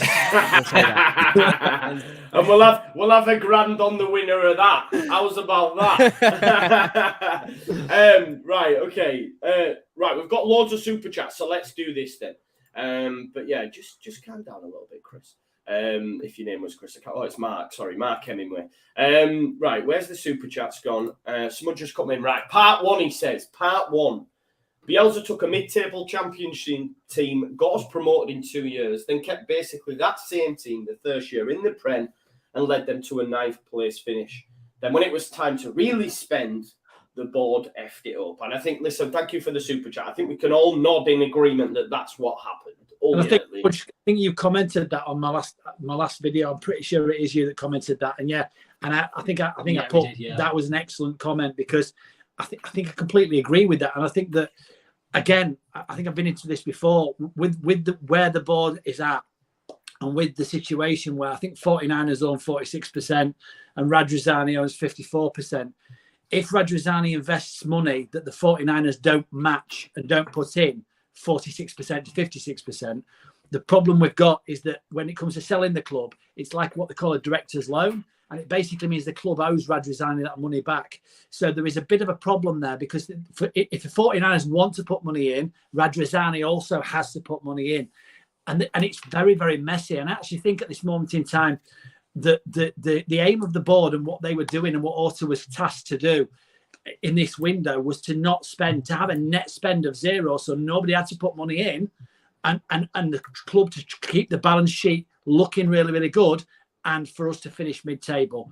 That was what I think was the task. I'm not too sure about that because why would we go and try and get Bamba Dieng or Cody Gakpo last minute then? If they wanted the net spend to be 0, why would we offer crazy money for CDK or Gakpo? Panic because we sold Dan James. It wasn't panic buying CDK because that was early on in the window. And it wouldn't have been immediate money. It would have been money that paid later. And also, case in point, like Radrizzani said, if I'd have gone to Milan 10 days earlier, I could have got that deal done. So why didn't you go to Milan 10 days earlier then? And the only reason, and I kept saying to everyone on videos, we will not get a striker. And what happened was, if you remember, Angus did his programme notes, basically having a go at us as fans.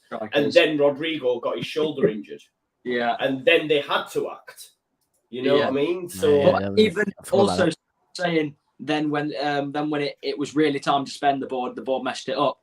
Like I think when you have such a good season and by the way, if we'd have had the same amount of points as we did in Bielsa's first Prem season last season, would have been in Europe. By the way, would have been in the Europa League, would have been 5th place, which would have been. We're only 2 points off in the first year. Even.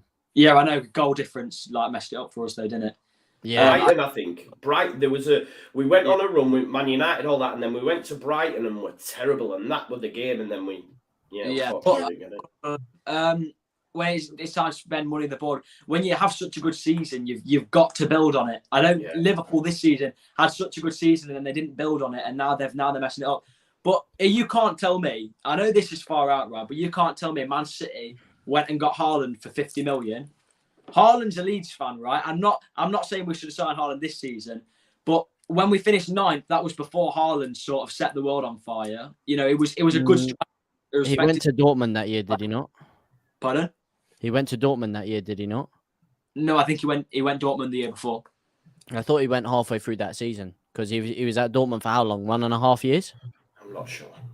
It would have definitely because he had half a season and then he had a full season and then our 3rd season, he'd gone to Dortmund. Why didn't we go in before Dortmund? Because if Man City spent 50 million on Haaland after Dortmund came in halfway through the season, he started banging that year and he straight in. We could have offered the same money we did for CDK probably, and probably had a good run in to sign Haaland. No, not that summer we wouldn't have because he was already at Dortmund. Was he already? He signed halfway through the season. He signed halfway through the season to Dortmund. He spent like 1.5 seasons. But either way, there's been Halfway through our options for first strikers in the past, hasn't there, that we could have gone in for. He's had Orta's had plenty of chances to sign Mitrovic, Tony. Mitrovic isn't the answer though.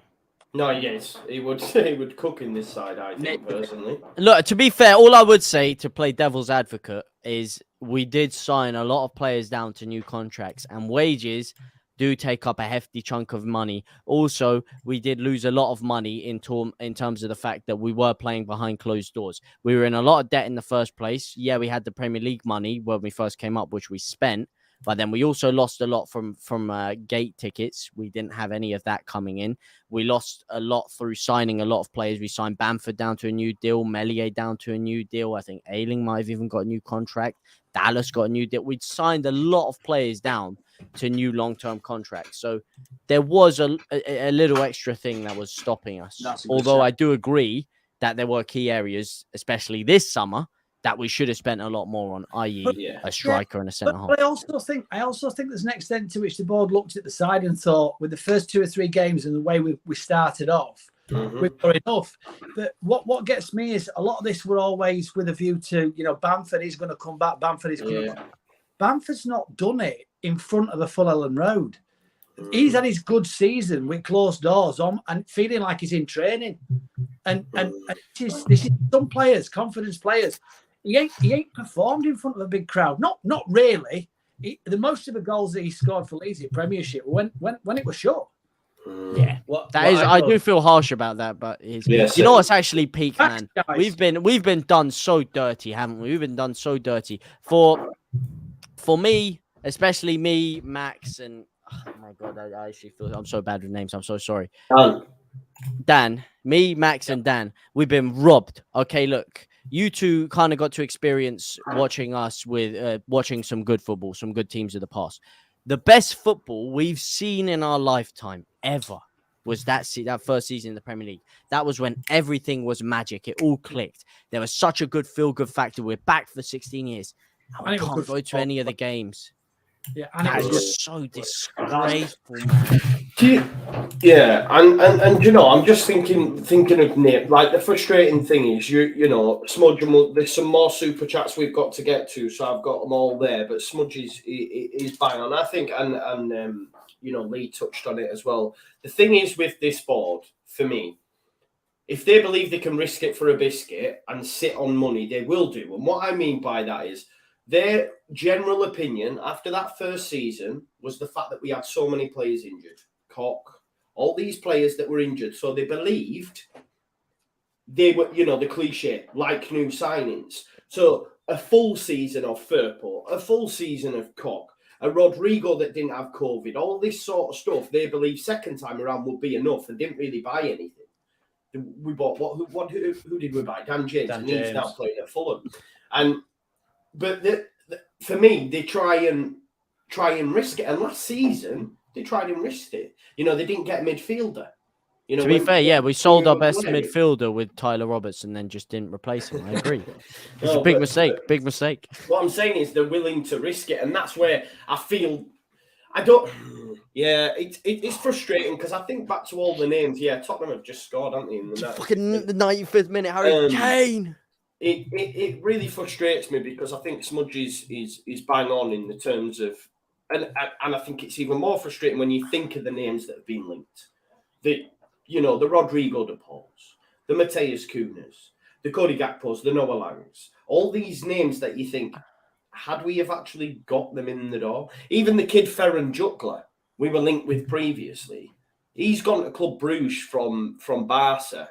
They scored a couple of goals in the Champions League and about 6 in Belgium. Now, I know that's not amazing, but he'll probably do really well there and then move on somewhere else. And it's just names. And I just think... when we get linked with the really, really big names, I genuinely don't think we have any interest in them whatsoever. Yeah. Literally just Orta. But I don't necessarily think it's Orta. It might be the people up at the top of the club. But it's coming from somewhere. And they throw a name out like Gakpo, CD, Rodrigo de Paul. They sort of make it look like, and the journalists will go out and say, oh, we've got a good chance of signing them. And then when we don't end up signing, because we never ended up signing like a really, really big name, it's always, oh, well, we tried. Yeah. It's frustrating. Let's go to, we had one coming from PRM, maybe. Every game following the same pattern, start well, then one attack from opponent, then we concede, then the players' heads drop, and we seem to gas out. And I'll tell you what, I'll put this to you then, and I think that's a good point. What I've really found, everyone knows me, right, and everyone knows I do love Bielsa. So when I heard Jesse come out and say they were overtrained, they were all this, I now look at a team, and I don't know if you agree, that for me, at times, look unfit. Like they can play this. I mean, Phil Hay touched on it before. It's like Bielsa, even when they were getting battered, they would run 100 miles an hour 100% of the time. Bielsa create chances at the end of games. We've outrun a lot of teams, though. We've outrun a lot of teams. Not this season, I don't think, have we? Yeah. Have we? Chelsea, man. We ran like 12 kilometres more than Chelsea. Arsenal, we outran them. Chelsea was a blip, really. They were nice. That's the blip. That's the anomaly, isn't it? Chelsea's the anomaly. Next game, I never want Leeds to lose. I honestly never want Leeds to lose because we love to see them win. But I'm debating next game if we lose and Marsch gets sacked and we bring in a Sean Dyche who keeps us up. Sean Dyche got Burnley into Europe on a budget of 12 million a season. But Sean Dyche got Burnley into Europe with a budget of 12 million a season, kept them up for 10 seasons in a row. So I won't have the disrespect towards. Come on, Aaron Syndrome! Yeah, but he's not an attacking manager, man. He's not an attack. Let me finish, right? If we lose to Liverpool, we get pasted by Liverpool, and we sack him, and we get a quality manager in like Sean Dyche, and then it's all like sunshine and rainbows until like the next big catastrophe happens in a few seasons' time. Or if we beat Liverpool and there's a blip, and we beat Liverpool, say we get let's say maybe Sinisterra gets a last-minute goal on the break and we beat them 3-2. And then there's a blip there, and then after that, we get the board thinks, right, well, Marsch has shown against the big clubs that he can do it, let's back him. And then they put all of their eggs in the basket, in Marsch's basket, and then for the rest of the season, we're absolutely woeful again and we get relegated. But they've backed Marsch on the back of that result. I would rather the first option and stay up, lose to Liverpool, get a manager in who can do it in the Prem and stay up, than have a blip next game and then keep marching and it goes. But is Dyche the man to build a long-term project behind? Dyche isn't the man to build a long-term project, but he is the man to. So what, you think it's a good idea to keep him up and then throw someone in right at the beginning of next season? No, not really. Do we not think though that I mentioned this on Monday night, but with the World Cup happening, so many managers become available when their side goes out of the World Cup. Roberto Martinez. Yeah, he was on there. No. Would be. He was talking about it on Sky, wasn't he, when he was doing the Leicester game? I'd love him at Leeds. Mate, Martinez. Question for you, Joe. You like Twitter, don't you? You're a Twitter man, aren't you, Joe? Yeah. Oh, he loves it. He loves You the know, people last on night- Twitter. He can't get him off it. I don't know if you follow somebody on there called Tone. And Yes, and yeah. last night that made it look like Phil Hay had put out that Dyche. Yeah, I've seen it. Yeah. Did he get you with that? No, not me. No. Mate, Sky Sports News on. I'm sort of like, because what's funny is with Juan Martinez and that, I'm aware of what's going on, but people are. He was in the chat earlier. Yeah, he was. Juan Martinez. But Spurs just had their goal disallowed, mate. Is that reliable or is that just... No, it was fishing. Yeah, no, it's It was fishing. I saw it. And I looked and then I realised it was him and thought, oh. What happened to that guy in the window that was calling Fabrizio out for a sparring? Oh yeah, Don. What was he called? Don. Was it? I can't remember his name, but that was I've not heard anything from him. Oh, Don. What was he called? Don. It was Dom something. Was it the guy you kept saying I was Don? Yeah, He Don. claimed to be a Salzburg expert or something. In Leeds, Don, and then Fabrizio shut him down, and he was saying, "Fabrizio, do you want to fight me?" Yeah, he did. No, those Right, fake Fabrizio accounts keep grinding my goat. That's what happens to me, man. Let's get to Smudger's second comments. He said, that team under Bielsa did its job and more so did Bielsa. The board humiliated him and that team and spit in the face of the fans. I agree with that. Talk to me, Smudge. I love it, Smudge. He goes on to say, part 3. They threw Bielsa under the bus and showed absolutely no respect to the fans. Now they expect Jesse to bail them out. I get a lot of stick, and people do say that, you know, Jesse kept us up and that, but and I don't give him the respect he deserves for that. But Rafinha kept us up. Yeah, and I think if you look at the way that we played, we went back to Bielsa's style personally. Nah, well, he did the Wolves game, a brilliant 3-2 the next game. He was adaptable because of the personnel he had. What were you saying, Dan? Sorry, you cut out. It's got to go back to Bielsa against Fulham as well. If you look at maybe it was just because we were missing Adams, but he played a 4-1-4-1 against Fulham. He tried to go back to Bielsa against Fulham, and it didn't work the second time round. It worked. We don't have another DM. Yeah, but if you think what Dan's saying, if you think back to that Brentford game when it did work, he played Sam Greenwood in that game as well, and that's the point of, like we were saying before, if something works, he'll stick with it. And he's probably looked at that Fulham game, like Dan just said, and said, right, why don't I go with that 4-1 and I'll play Greenwood again, which caught us all off by surprise, but obviously it didn't. And that's why I put instead of Christensen. Greenwood's not even come up all season. He's not even figured. And if you play Greenwood, why aren't you playing Diaby or Joffrey? Or Klitsch, man? What has Klitsch got to do to get himself into the side, man? That's what it comes back to, though, doesn't it? It worked against Brentford, so maybe it'll work again. But why didn't we go and get another midfielder to facilitate that? There's other positions that we needed, but why didn't we just go and get a Sander Berge or a Lewis O'Brien? Why did we sign Rocker and Adams? Not a world-class midfielder, not a instant first team like Adams or Rocker, but why didn't we just go and get a rotation midfielder? Isn't that what Darko JB was, though? Yeah, we've got plenty of cover in that midfield. Greenwood. Why are you bring JB? I mean, like this guy. I mean, like look at Perkins. West Ham have gone absolutely mad over that. This kid's been a first choice from in Europe. In Europe, he's played for them in Europe, and he started 3 games. He's scoring goals left, right, and centre. Last time we got a player at England scoring that many goals for England under 21s, it was Foden. You know, but arguably, what about Joseph then? Joseph's scoring more than anyone. I don't know why we don't. We don't. But we got too many. Gelhard, Joseph, Nonto, and who would you throw in? I would put Nonto ahead of all of them. The issue is he hasn't thrown any of them in. No, he hasn't even tried anything. No, and that's true. It's just not. I also hate it when people say we've got an Italian international on the bench who's good enough to play for Italy, because that is not accurate, because Italy aren't even in the World Cup.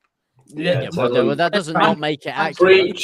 That doesn't make it inaccurate. That he's still an international. No, but people keep going Nonto. They're trying players out, aren't they? Yeah, no one's seen him play yet, and everyone thinks he plays for. I'm with you on that, bro. Ricky Lambert got in England. Played against England. We've seen him. Patrick Bamford was an England international. Yeah, man. Yeah, but that was when he was on form, and if he'd stayed fit, arguably he could say he should have stayed in. We saw him play for England. We were at Wembley and we went and watched the game, and it just didn't work. It didn't work. It's one game, though, man. It's one game. Player. It's not a massive sample size. Everyone has an off day. Bamford had been fit, there's no way you'd have picked Bamford over Ivan Toney. In actual fact, Ivan Toney probably won't get minutes because he's that tied to Kane. No, that year when we took Watkins to the Euros, Bamford should have been in that team. The thing is, the better player that season. The thing is, Bamford. That's then.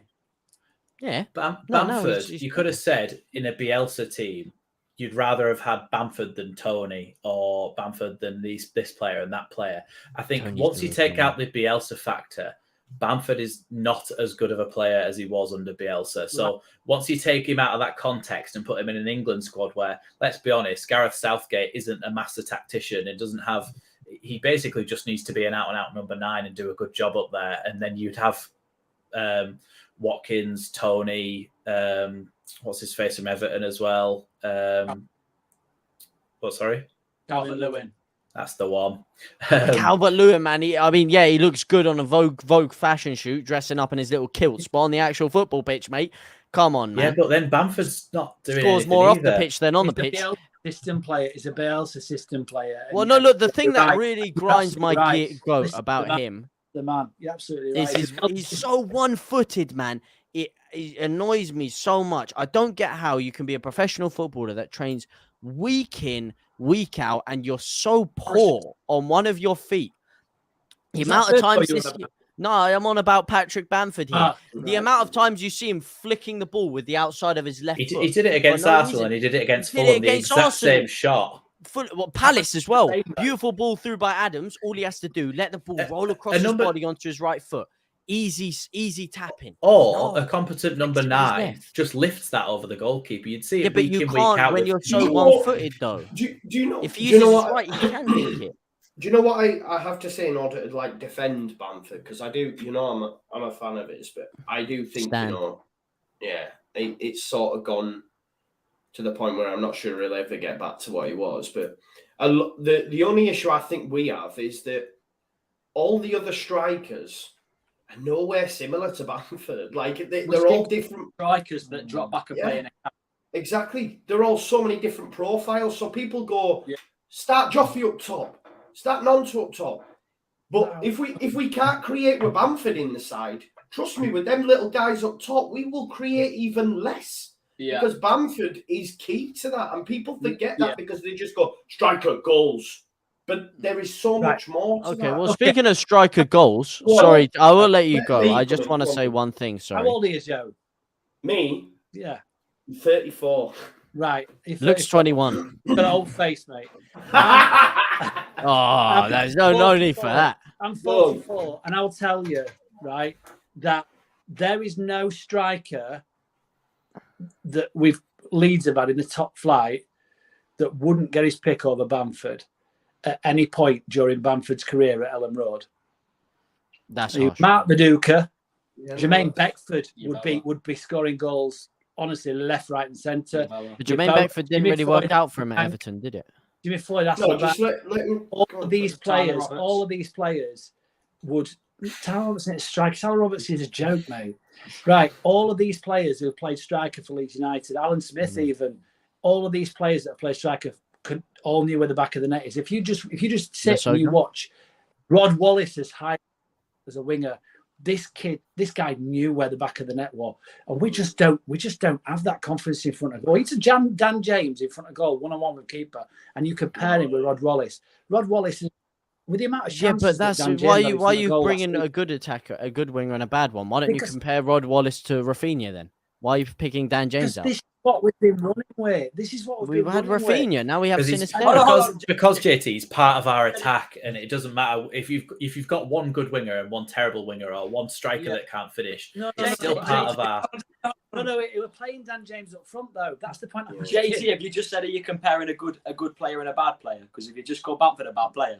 No, he was talking about. I was saying he was comparing Rod Wallace and Dan James. So I said one of our worst players. Mark Viduka, with the amount of chances that Bamford had that season, Mark Viduka was one of a kind, man. 25-30. Absolutely, Mark Viduka was the man.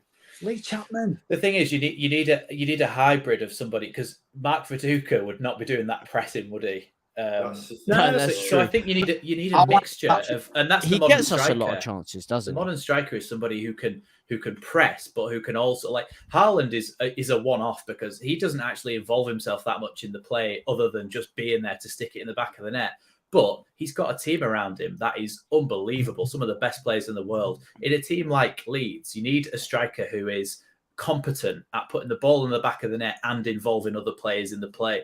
We're not asking actually for somebody who's a complete world beater. We're just asking somebody who knows where the back of the net is, can even just get 10 goals a season. Okay, but let me okay, can I, sorry, I'm not trying to like cut you off, but to give you something to work off there.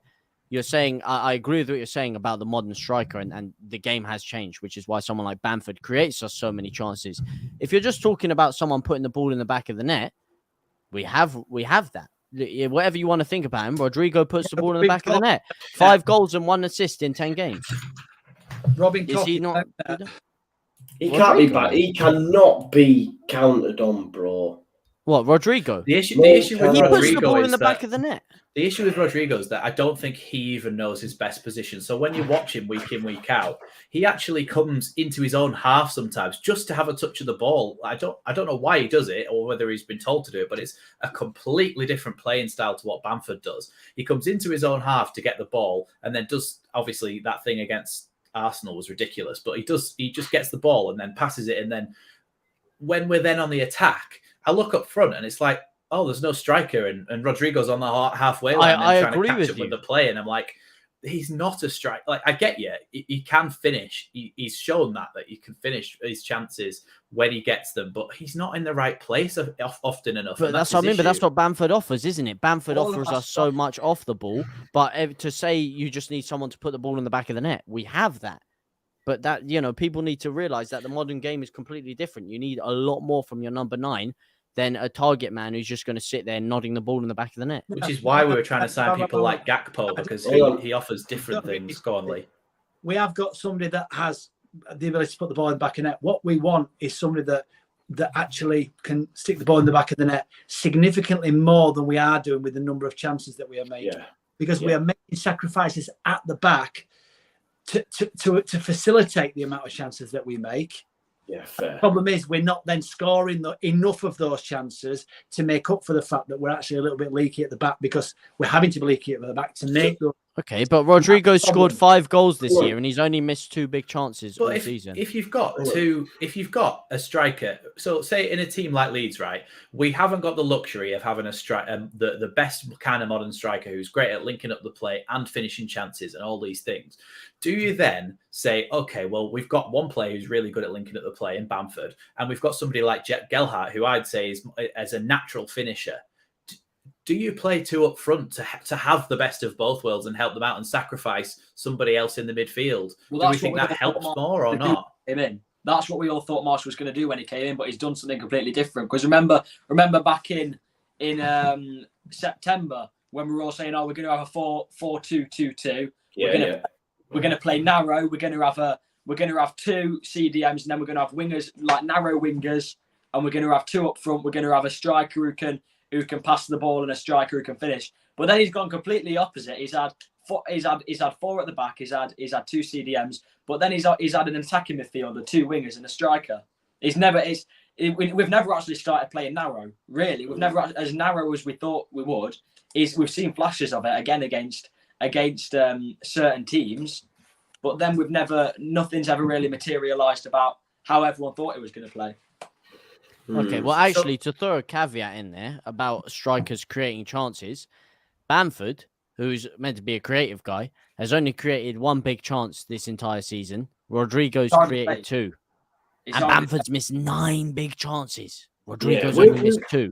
So why is Rodrigo getting completely exiled out of this? Why I would say, because Rodrigo's shy. But how? The numbers disagree with you. No, he is, bro. Chances when you're in the right position. Bamford is getting into the right areas and then not finishing. Rodrigo doesn't agree with the right areas, JT. That's the problem, mate. Now, with regards to Bamford, I think it was Square Ball was saying in the Arsenal game, but Bamford didn't really get a clear-cut chance. He had a sodding penalty. Yeah, that's a clear-cut chance. Yeah, a couple of clear. I actually did a few. I honestly think the thing is with Bamford, like you say, to actually be at the top of that list for missing big chances, he is showing, and Beckford talks about this all the time. He says, when I was going through a bad run of games and I hadn't scored a goal, the one thing that I would know is that I'm always in the right place at the right time, eventually the goals will come.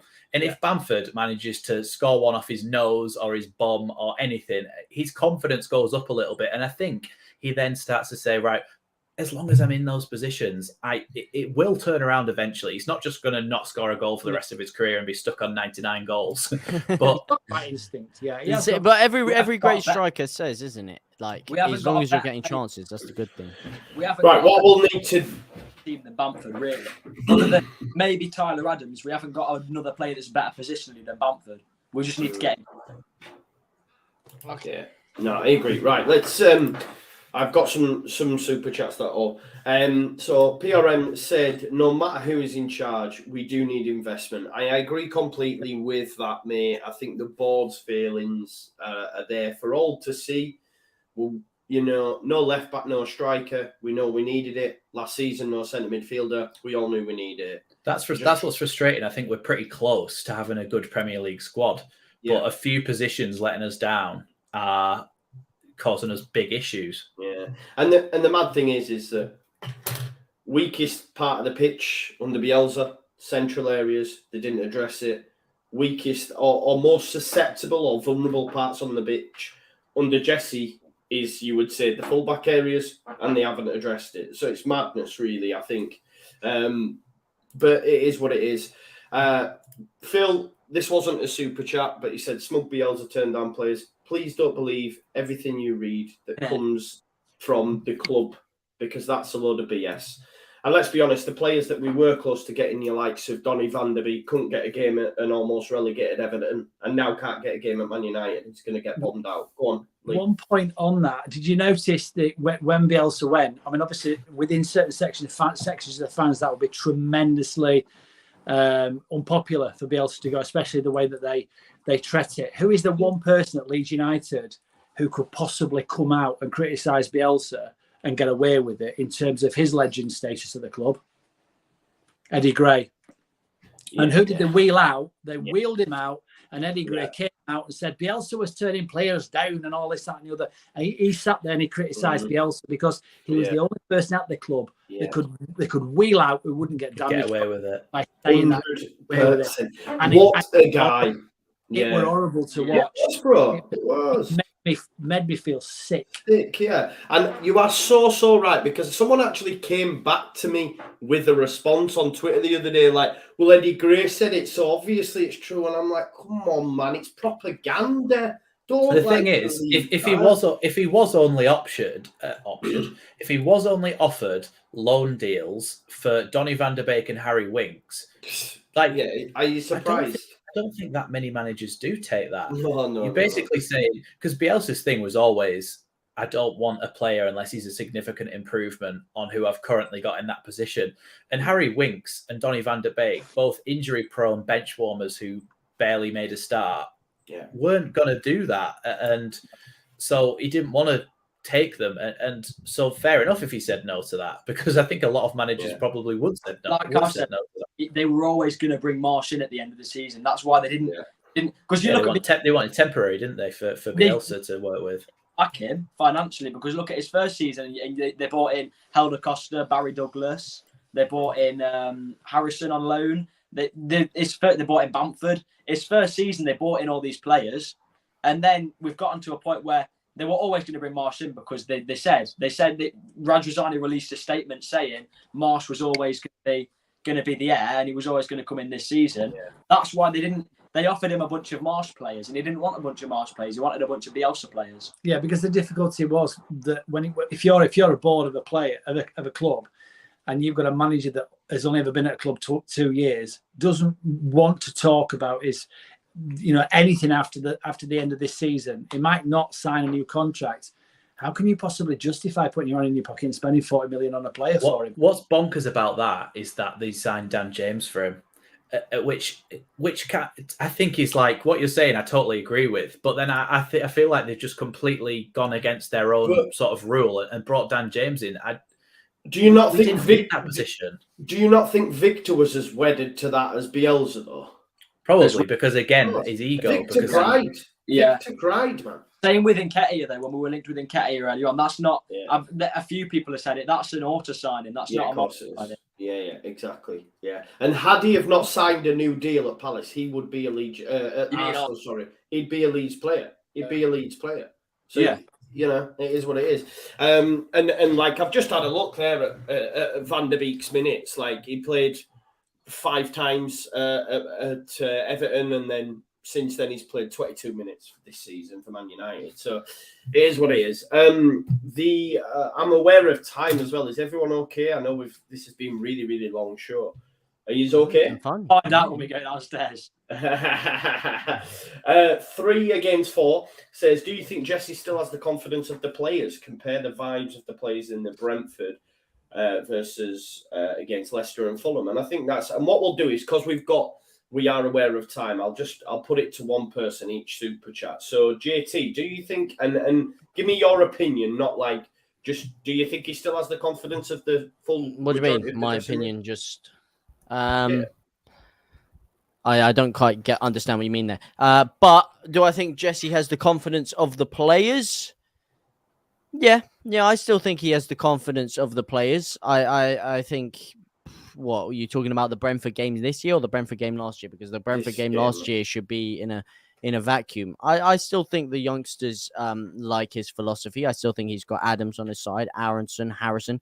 I think there's a couple of players maybe you could argue that are quite off it. Maybe someone like Liam Cooper. Maybe he's not on it.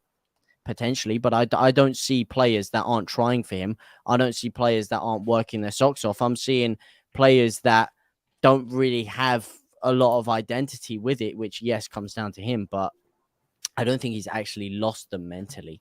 I just think it's a matter of individual mistakes, sloppiness, and I think he could turn around, man. But no, I don't think he's lost them yet.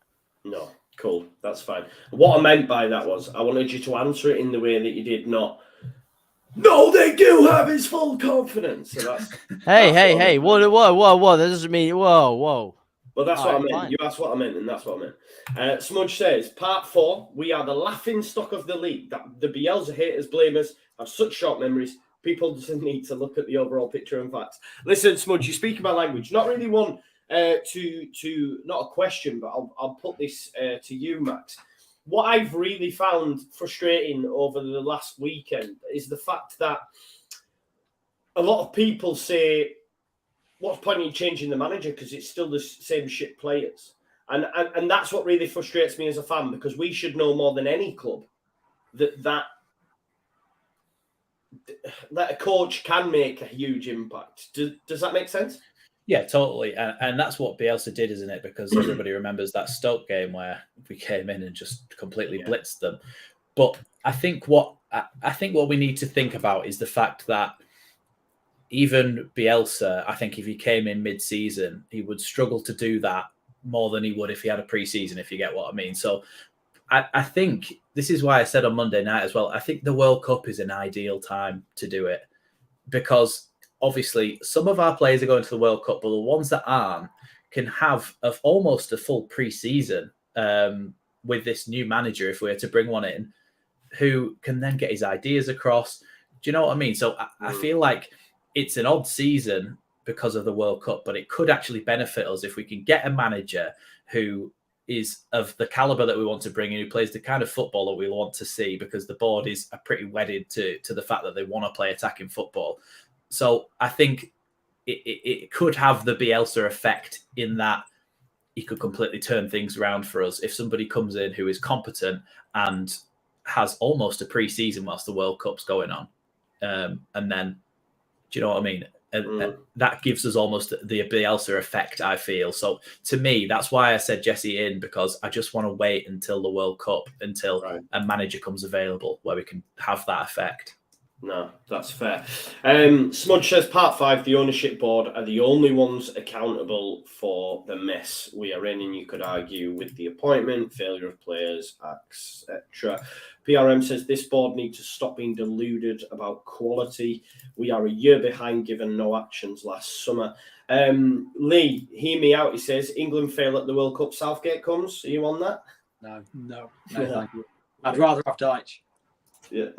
No, I think I would. I'd rather have Big Sam than Southgate, personally. I'd like to see Roberto Martinez. I'd like to see a Poch, and I don't think we'll get a Poch. I'm not even. I don't know if we get Roberto Martinez, but now where we're at as a club, the size of the club that we have, we need to get Radrizzani out. 49ers need to buy us. We need to invest in the squad, and we need to bring a manager in who's got a decent. I saw a thread. Someone said there was a manager who was at Sevilla when Victor Orta was there.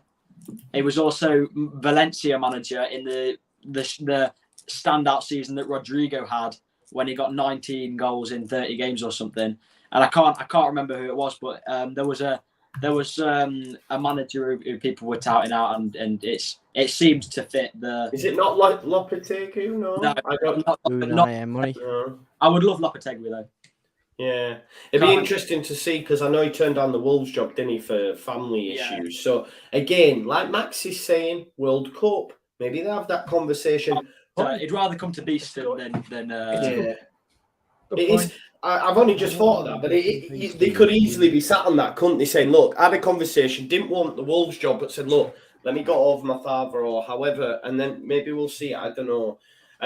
Guido says, I think this was for JT, you have to subtract Rodrigo's 6 giveaways from his 5 goals, obviously, making the errors.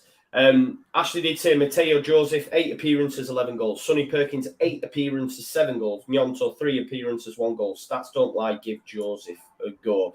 Out of them 3 then, who would you go for if you could pick one? Each. Nonto. Because, and I'll give the reason, because senior football, junior football, completely different, man. Completely different game. Physicality, the tactical awareness, like under 23s, everyone plays the same way. It's the same kind of football. Everyone tries to do the same thing. The physicality isn't there. We've seen numerous examples of people killing it in the youth game, not transferring over to the senior game. Nonto's proven he can do it at the top. Fair. Decent, mate. Decent. What about you, Max? I kind of agree with that, and that's my reason why it wouldn't be Mateo Joseph, because although he's scoring a lot of goals, I don't think he's physical enough for the Premier League. That's why it's between Sonny Perkins and Nonto. But for me, Nonto doesn't have the stature and the physicality to play as a lone striker. No. So I think, as Lee was saying earlier, Sonny Perkins is a bit of a bigger build, bit more of a Bamford build, and maybe he could hold his own a little bit better against defenders trying to bully him. So if you were to bring on a player as a super stub, it would be Nonto. But if you're going to start from someone from the start, it's going to be Sonny Perkins, because Nonto's more explosive and will run at players later on in the game. But Sonny Perkins maybe has that ability to last a little bit longer in there. Nice. And Leeds lobby? It'd be more about the Nonto thing, personally. And I agree with Max. I couldn't have put it better myself. I think you know, for exactly the same reasons. Yeah, no, I think that's great. Need a lengthy guy up there.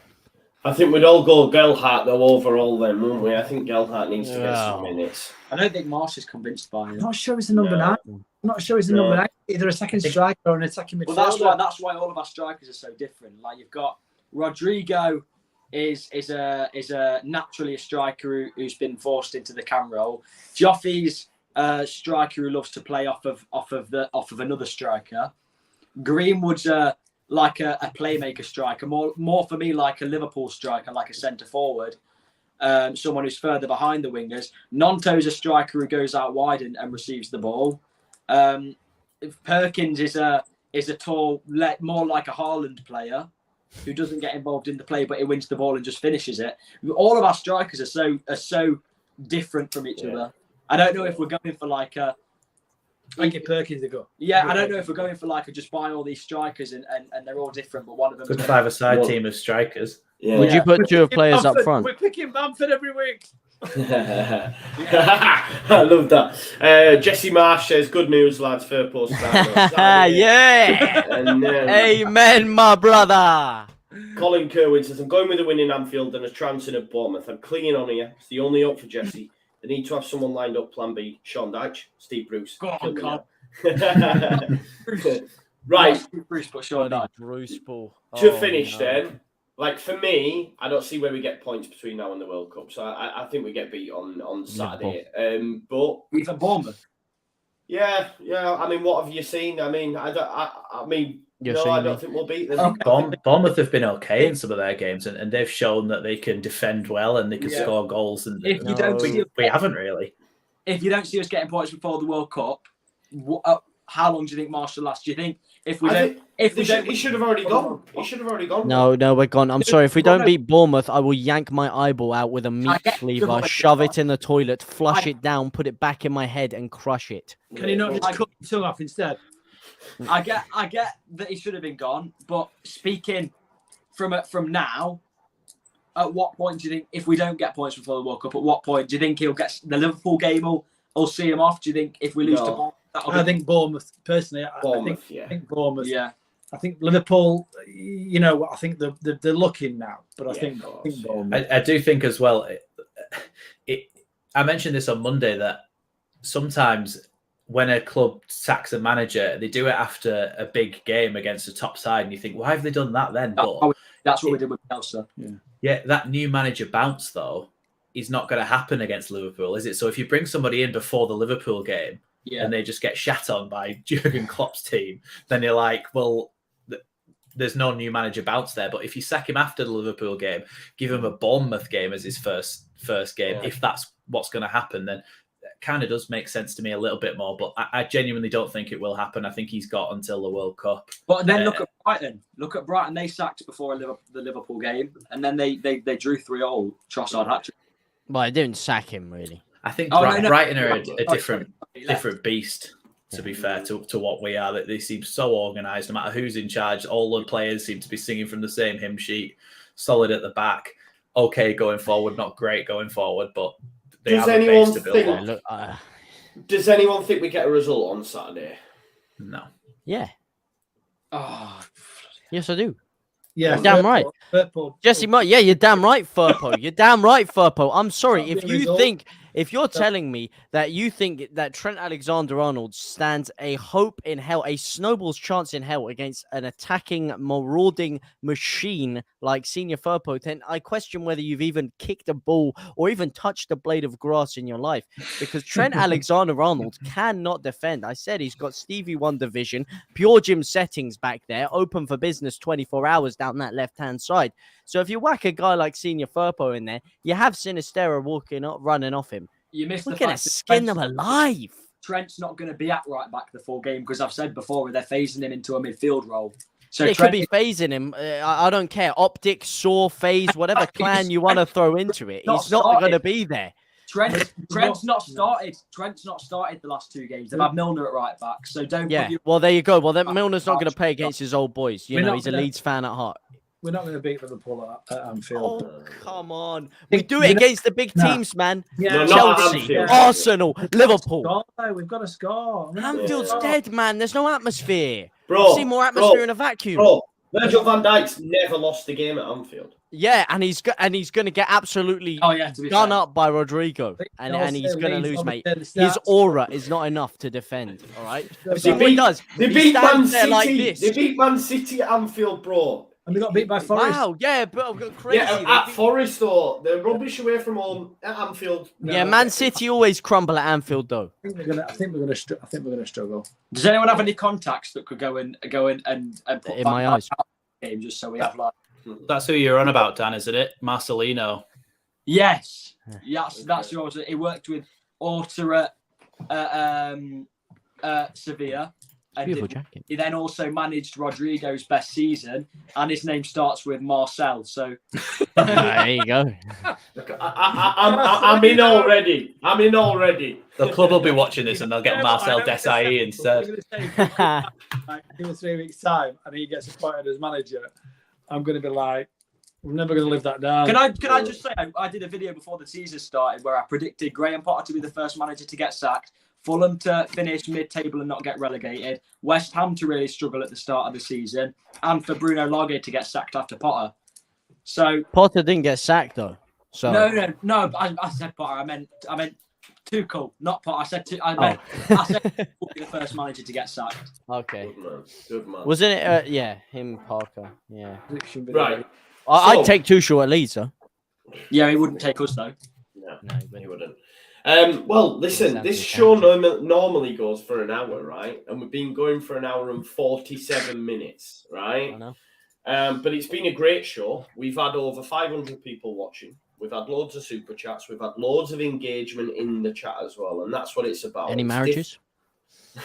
It's difference of opinions, and I like it, and it creates conversation. What I want you would like to do as well, obviously, subscribe to Max, subscribe to JT. Their names are in the title, but make sure you subscribe to the Leeds Lobby. I noticed a lot in the chat saying they know their stuff, which they do. Really enjoyed it. It's a cool combo to have a father and son combo.